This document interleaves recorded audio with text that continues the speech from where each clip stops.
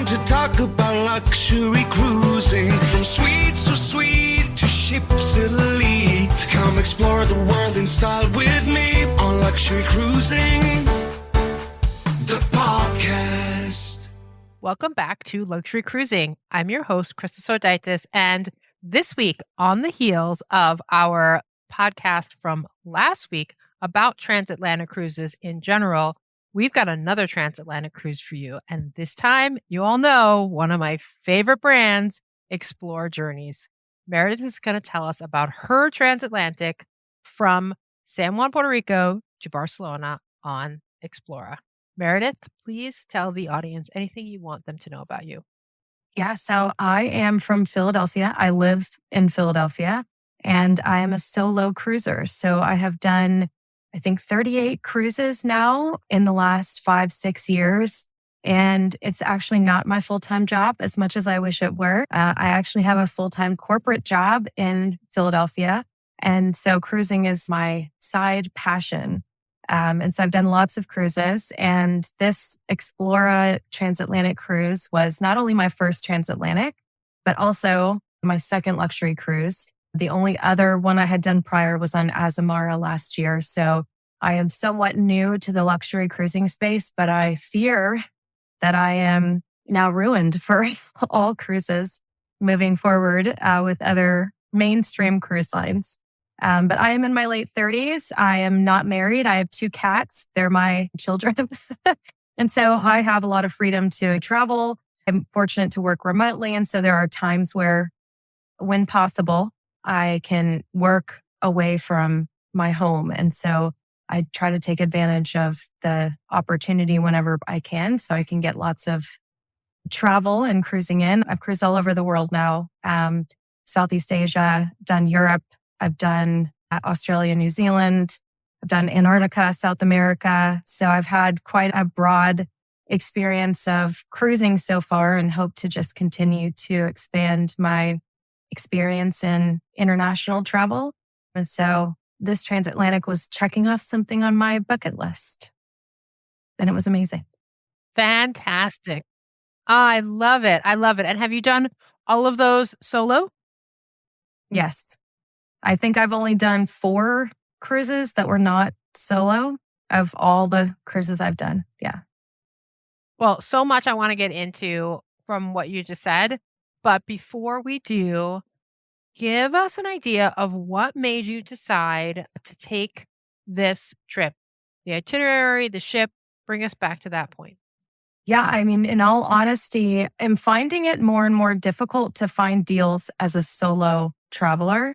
For whatever reason, the solo pricing has been more and more challenging to come by, where you're not paying double or oftentimes more than double with certain cruise lines. And so I've been looking for a long time to do a transatlantic, but I didn't want to just do, New York to Southampton. I wanted to do something where I could also hit a couple of stops that maybe I hadn't been to before, because every time I book a cruise, I'm looking for a new port.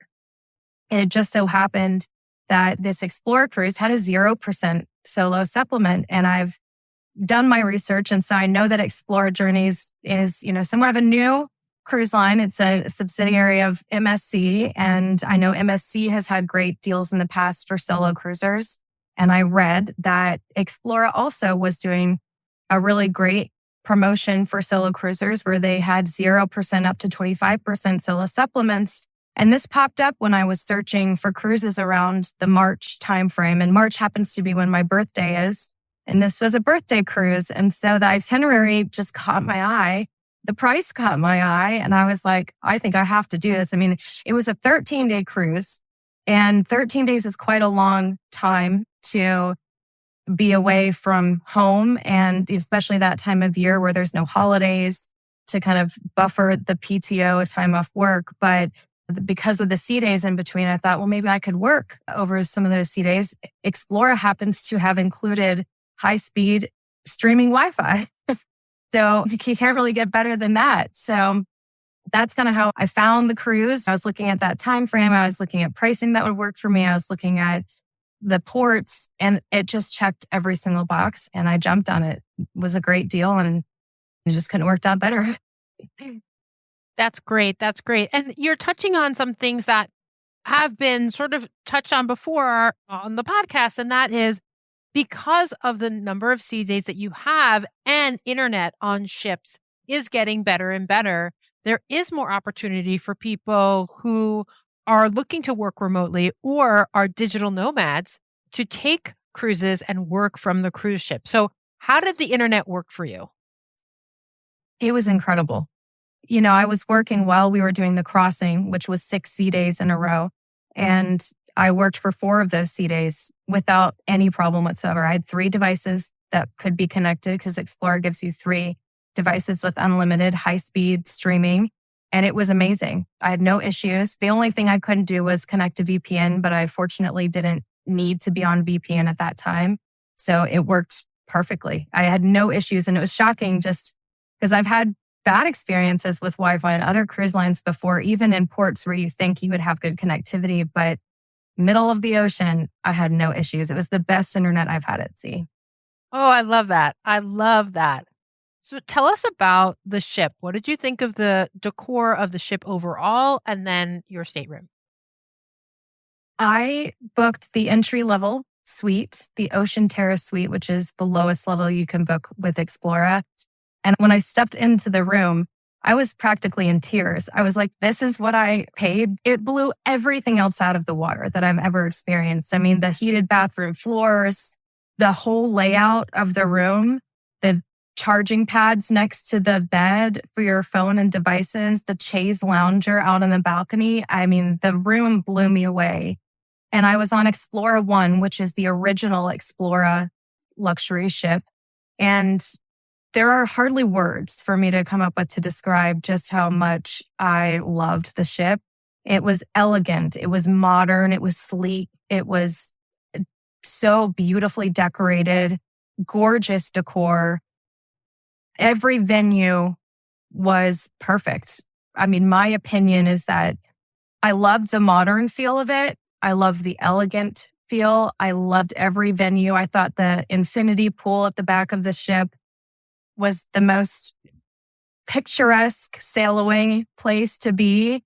You just can't ask for a better experience than that. They had these gigantic whirlpools that there's like 4 of them that were massive, that were facing the ocean. And so when you think about being able to just sit in a huge whirlpool all to yourself while you're sailing across the Atlantic, to me, that is the epitome of luxury.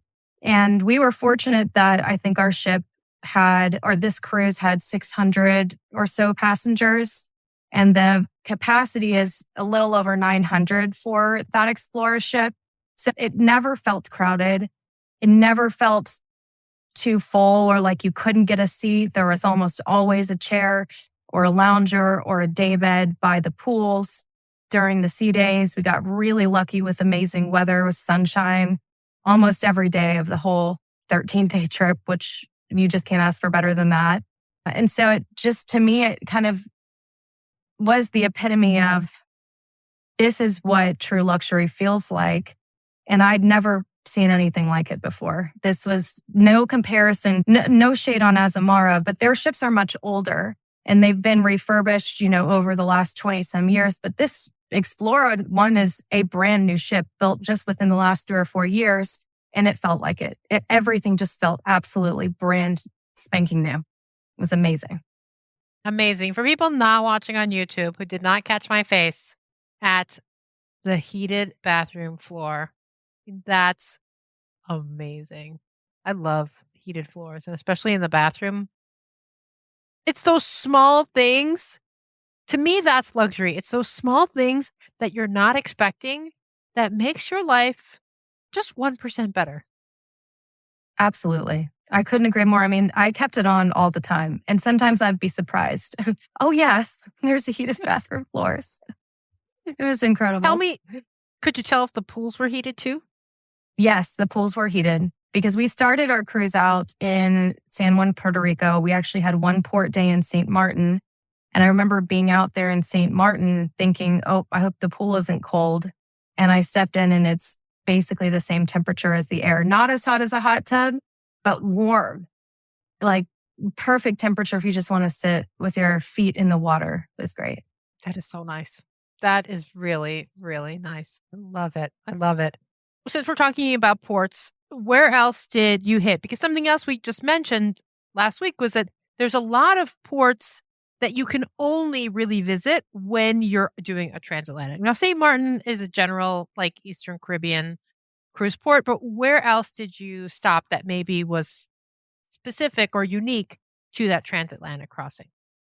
Yeah. After St. Martin, we started the crossing. So we had 6 sea days in a row. And then we reached the Canary Islands. We actually had 2 ports in the Canary Islands, and I had never been. So both of those ports were new to me. And one of them was on my birthday, coincidentally. So I had a great time walking around in port. And we actually picked up some new passengers on our second Canary Islands day.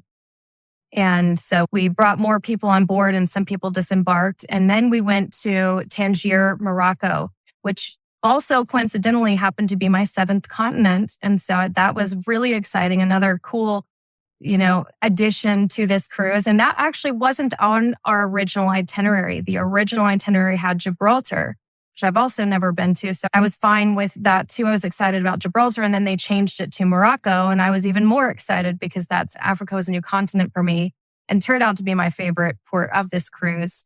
And then our last port was Barcelona. Did you do any cruise ship sponsored excursions? I did not. And they were a little bit pricey, but I didn't do any excursions in the Canary Islands. I did one in Morocco that I booked third party, but I didn't book anything through the cruise line. Okay. I'm just curious because sometimes I'll ask people if the excursions you felt were maybe up-leveled or specifically luxurious, but that's totally fine. Let's get back on the ship and bring us to the food. Tell us, what were the different dining venues and what did you think about them? The Emporium Marketplace sort of is the stand-in for the buffets. There's no traditional buffet. It's more of a food hall. And I loved that concept.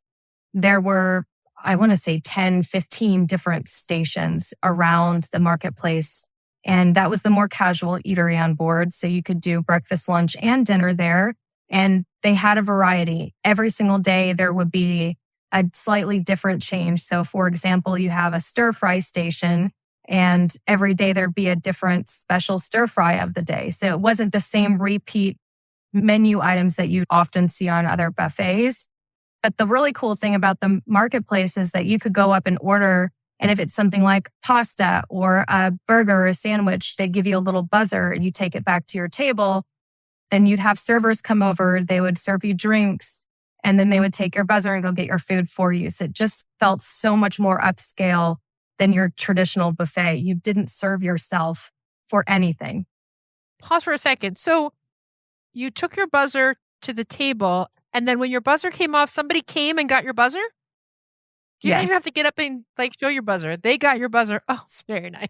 If you tried, they would interrupt you. No, ma'am, let me go get it for you. And they'd have you go sit. The service was next level. And it's just so far from a traditional buffet. It's hard to even compare. The food was amazing in there. And that was the casual eatery on board. And they had other casual options. So the Crema Cafe, which is the coffee shop on board, also had little sandwich panini options and pastries and snacks and finger sandwiches throughout the day that you could get. And then in the evening, there were 5 different regular dining rooms. One of them had an upcharge, and it's sort of this culinary experience with a 7-course menu. And that's the only one that would cost you extra. Of those 4, 2 of them were non-reservations. So you could just walk in, walk up at any time. And they both had different menus. So there was one that was a French style and one that was more of like a Mediterranean style. And while the menus didn't rotate daily, they did have different items between the 2 restaurants, more than you can try during a whole cruise. Then they also had a steakhouse and then an Asian themed restaurant as well. But those 2 both required reservations in advance. Nice. Any standouts of the restaurants? I did the sushi place twice, Asian restaurant twice. Once I just did the sushi bar, and it was a more limited menu, but you could just walk in, and fantastic. I don't eat red meat, so I didn't go to the steakhouse, but I did do the 2 main non-reservation dining rooms multiple times. throughout the cruise. And Med Yacht Club, which is one of them, the more Mediterranean themed, ended up being my favorite in part because of the bread service. And you get the olive oil and vinegar. And there's like this focaccia bread that lives in my head rent free still. I'm a big bread person. I just love a good bread service. And I loved everything that I got there. Some of the menu items I repeated throughout the cruise. But I never had anything I didn't like, which is so rare on a cruise because, there's just, especially 13 days when a lot of sea days, you could have some bad meals. I didn't have any bad meals. And it doesn't sound like it ever got repetitive. Like, oh, I don't really have a choice. I'm tired of this food. No, because even if I got tired of the main dining room menus, I could go up to the Emporium Marketplace and have tons of stations of different themed food to choose from there. I don't even think I ever really ate in the marketplace for dinner just because of how much there was on available at the regular sit down dining rooms in the evenings. I love that. Let's move to the entertainment. So smaller ship, 900 people. You're traveling on your own. What was the entertainment like? Yeah, the cool thing that I really liked about Explora is they didn't have multiple show times through the evening. So one thing I find myself challenged with on other cruises is my dinner somehow always conflicts with the showtime. But the way Explora has it set up is the show is always at 9:30 every night. So you have time, you go get dinner, you get a drink, you go to the show, the theater, and you have time to be able to do all of that and see the show. And I thought the 9:30 shows were fantastic. I mean, some of the best I've seen when you think about the limitations that a smaller venue like that has. And you're not going to see acrobats flying through the air and these crazy light shows and props being used. There's not going to be any of that. But for someone like me who doesn't really need massive productions, I thought that the talent and skill and variety that they brought on board was fantastic. And they did bring new entertainers on board in some of our stops, and they had some of the old entertainers leave. But the variety was great. I mean, the artists that they had on board did such a great job of entertaining us and being able to get the audience involved and enthused and just felt more electric than you'd expect. But it wasn't overwhelming and it wasn't too over the top either. So I just thought they did a really good job of having a very broad mix that appealed to a very, very wide audience. Love it. Love it. And you mentioned you were in your late 30s. So how was sort of like the population? Who were the people that were on the ship? And were there people that you could talk to and relate to? Yeah, I met so many people. Surprisingly, even this originated out of the US or Puerto Rico. We had a very large European population on board versus a large number of Americans or Canadians or North Americans. And so I ended up meeting so many different people and getting to chat with people from all over the world. And surprisingly, I thought the average age ended up being a little bit lower than I expected going in. I knew that transatlantics are typically tend to be on the older side just because they're longer cruises. Usually you don't expect people who are younger to be able to take that much time off work or bring their families and kids. And we did only have one child on the cruise. It was like a toddler age. I saw the child 1 or 2 times the whole cruise. So everyone else was older. But I would say the average was 50s, 60s. It really wasn't as old as you were thinking. There were a lot of younger people around my age, maybe a little bit older than me. But I was able to meet quite a few other people and quite a few other solos too. It turned out that there were, I think, over 100 solos on this cruise. And that may have been because it was such a great price for solos that we weren't paying double. And I think it appealed to that audience of cruisers. But yeah, I met some great people, made some friends that I still chat with, hope to see on other cruises in the future. So it really was a great range of people on board. Love it. Explora is a luxury line. Most luxury lines, we said, have Wi-Fi included. Most of the drink package. Tell us, what were the inclusions, and was there anything that wasn't included that was a little bit of a surprise? Everything was included. There were no surprise charges whatsoever. When you book up front, what's included in your upfront cost is pretty much everything you would need. The drinks were all included. Obviously, there were a couple of things, really, really high-end, top shelf liquors or spirits, for example, that if you wanted to pay extra, you could. But everything I could have thought of that I wanted was included in the package. And the only single restaurant that was an upcharge, it was optional. And there's more than enough to eat without it.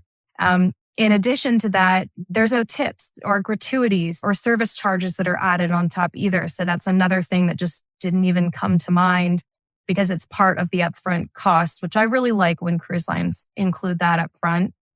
They also included in the cabin on embarkation day, not only was there a bottle of champagne in the room, a welcome bottle, but you also had a bottle of spirits, your choice that you could choose what brand and type of spirit you wanted, as well as a bottle of wine, also your choice, left in the cabin for you. And then there was a mini bar with like soft drinks and mixers and things like that in the in-room fridge as well.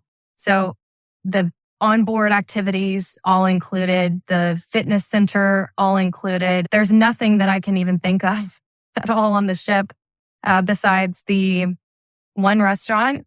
And then there's a really cool cooking class where you can cook with a chef. And then you actually get to eat your meal at the end of the cooking class. That is also an additional charge, but optional. Beyond that, laundry. I guess I could also talk about the laundry. While they do offer laundrettes on board, there's actually 2 on different floors. The laundry itself is not included unless you have a loyalty or, the club status with the cruise line. But they also give you laundrette access, so you don't actually have to pay for that either. So pretty cool inclusion. And I just couldn't think of anything else that I would need to add on that I couldn't already have once on board. Love it. I love it. So I think you said you've been on like 30 something cruises. Do you have a higher tier status on any cruise line that they status match? I know MSC is really famous for status matching with just about, anything, hotel, cruise line, anything. What about on Explora? Explora does status match, but they only status match across other luxury lines, luxury brands. So I actually did status match, funnily enough, with my Azamara status, even though I've only done one cruise with them. But that was enough to get me to their entry level status with Explora. Now, you can also status match with MSC because it is their parent brand. And MSC status matches with other mainstream cruise lines. So if you're pretty savvy, what you could probably do is I actually have pretty high status with Norwegian Cruise Line. I could status match with MSC and then potentially status match with Explora from my MSC status. I don't know if they let you do that, but it's possible. And so you could end up finding yourself with a pretty good status on Explora by way of matching across other brands. So if you aren't a regular luxury cruiser, that's one option and a pretty cool thing I think more cruise lines should do. Yeah, it's a good tip. If you can do it without sailing, fantastic. But even if you did, it might be worth it. You could just find a 3-day weekend cruise. It might be worth checking it out. I don't know what the status gives you, but. Well, I will tell you what the status gets you. The very entry level status with Explora is you get 5% off all future bookings, which is not an insignificant number. And even though I had only done one Azamara cruise, that status gave me 5% discount on all of my now and future bookings with Explora. So actually a really good deal and probably worth it if you can find a way to status match. Yeah. Yes, absolutely. Because when you're paying in the thousands of dollars for a cruise, 5% adds up. It's not like 5% off your McDonald's lunch or whatever. Right. Exactly. Yeah. Oh, I love that. That's good. That's good to know. Anything else about Explora or the Transatlantic that you would want the audience to know about? Given that Transatlantic cruises can be rocky and rough depending on the weather That is one thing you have to kind of consider when doing a cruise like this. I went into this thinking, what if I have to be stuck inside and we don't get to enjoy all of this outdoor space? But the one really neat feature about their ships is that they have a retractable roof over the main conservatory pool. And that whole pool area can be enclosed. So if there's inclement weather or if it's really windy or something, they will close the roof over that pool, which is a gorgeous space. The conservatory pool and that whole area is absolutely beautiful. I love that they had the option to keep that closed so it could still be used even if the weather was not great. So there's still a pool and 2 whirlpools, massive, gigantic hot tubs with the pool bar and everything right there that you could still absolutely take advantage of even if the weather wasn't great during a crossing. And I just remember thinking in my head, like, this ship is just set up really well for all types of weather, no matter what you might encounter. And I thought that was great. The other thing I'll mention, this is maybe just more informational for people, but given that this is a European cruise line, there are some differences about how the schedule is on this ship. So for example, the dinner times and the lunch times are a little bit shifted from what you would see on the traditional American cruise lines. And I saw some complaints on one of my YouTube videos about this, and it didn't really dawn on me till after the cruise because I'm a late eater. But if you're someone who dines early at 5:30 or 6 o'clock, you are going to find yourself waiting. So one thing I wanted to note is that lunchtime doesn't usually start till 12:30, which is a little bit later than typical.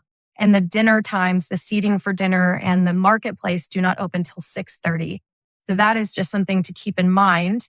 That said, they have snack options at the Crema Cafe and there's 24/7 complimentary room service. And that is a really cool thing that if, one day I was a little bit seasick and I'm like, I'm just going to order lunch to my room.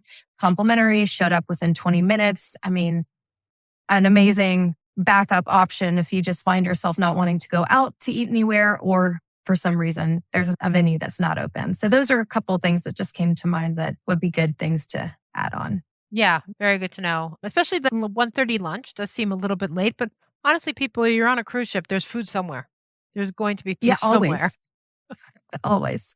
You need something. Well, that's fantastic. So let me take a step back from this particular cruise and ask you some questions that I ask everybody. And the first question is, how do you define luxury? I think I would define luxury as an elevated experience from what you're expecting. I've been on enough cruises to know what the norm is, what the standard that I expect when I get on a cruise. But stepping onto a luxury cruise line or a luxury ship, you can instantly tell by every single thing, every category that you are used to is just stepped up.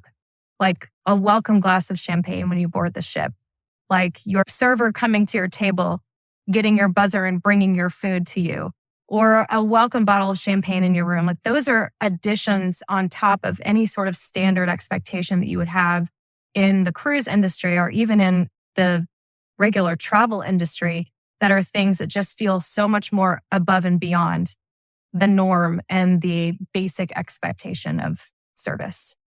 Yeah, it sounds like this trip on Explora met your definition and expectations for luxury.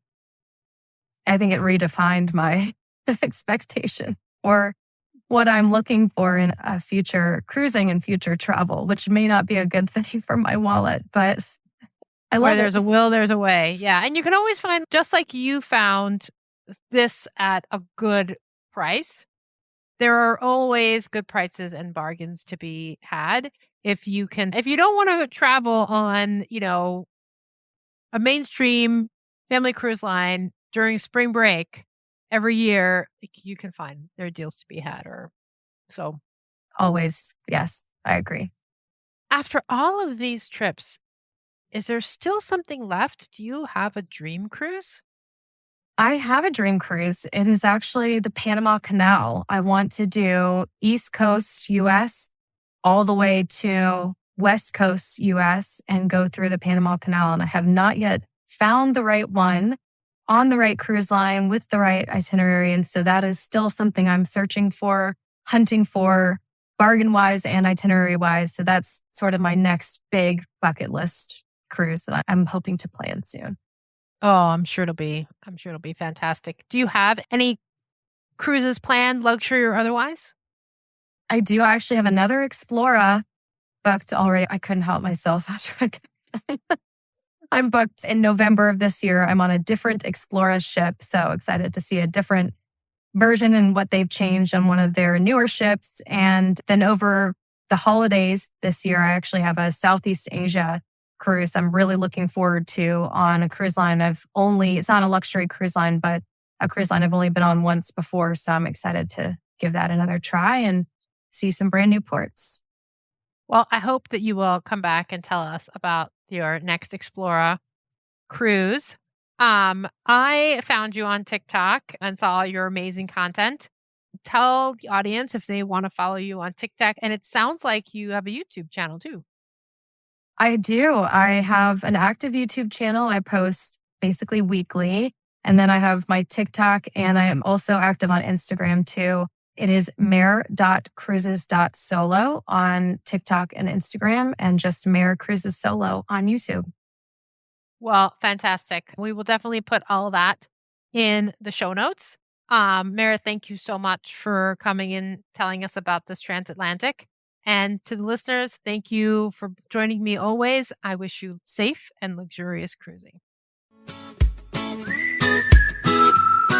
Hey, before you go, if you're enjoying this content, I would so appreciate a 5-star review on Apple Podcasts or wherever you're listening to this podcast. If you'd like to be on the show, there's a link to a form in the show notes, or you can email me at luxurycruisingpodcast@gmail.com. That's luxurycruisingpodcast@gmail.com.